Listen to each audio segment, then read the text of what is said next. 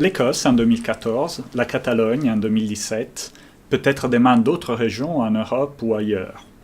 Le référendum d'indépendance fait l'objet d'un véritable engouement, certes dans des contextes très différents et avec des formes aussi différentes. Est-ce que cet essor du référendum d'indépendance favorise la création de nouvelles frontières, c'est-à-dire la création de nouveaux États? Du point de vue du droit international, l'analyse donne un résultat quelque peu paradoxal. En effet, contrairement à ce qu'on peut penser, le référendum d'indépendance, et en particulier son cadre juridique, ne favorise pas la création de nouveaux États et donc de nouvelles frontières. Au contraire, il encourage l'utilisation du référendum comme un instrument d'un rapport de force plus général dans les cadres d'un État existant. Autrefois utilisé pour l'accession à l'indépendance de peuples colonisés, le référendum d'indépendance acquiert un sens nouveau dans les cadres postcoloniaux. Depuis 1990, il a en effet été utilisé dans la création de tous les nouveaux États. Aujourd'hui, certains référendums d'indépendance sont organisés avec l'appui de l'État, comme par exemple dans le cas de l'Écosse.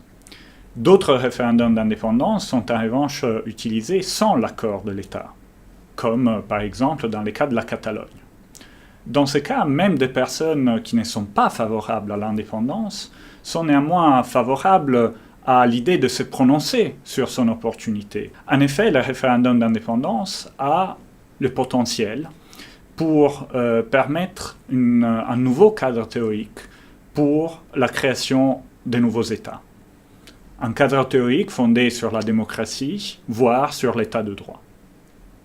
Étant donné ce cadre, il faut comprendre le contexte juridique du référendum d'indépendance.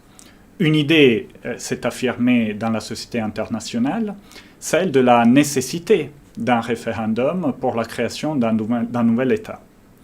Toutefois, si le référendum est une condition nécessaire pour la création d'un nouvel État, il ne s'agit en aucun cas d'une condition suffisante.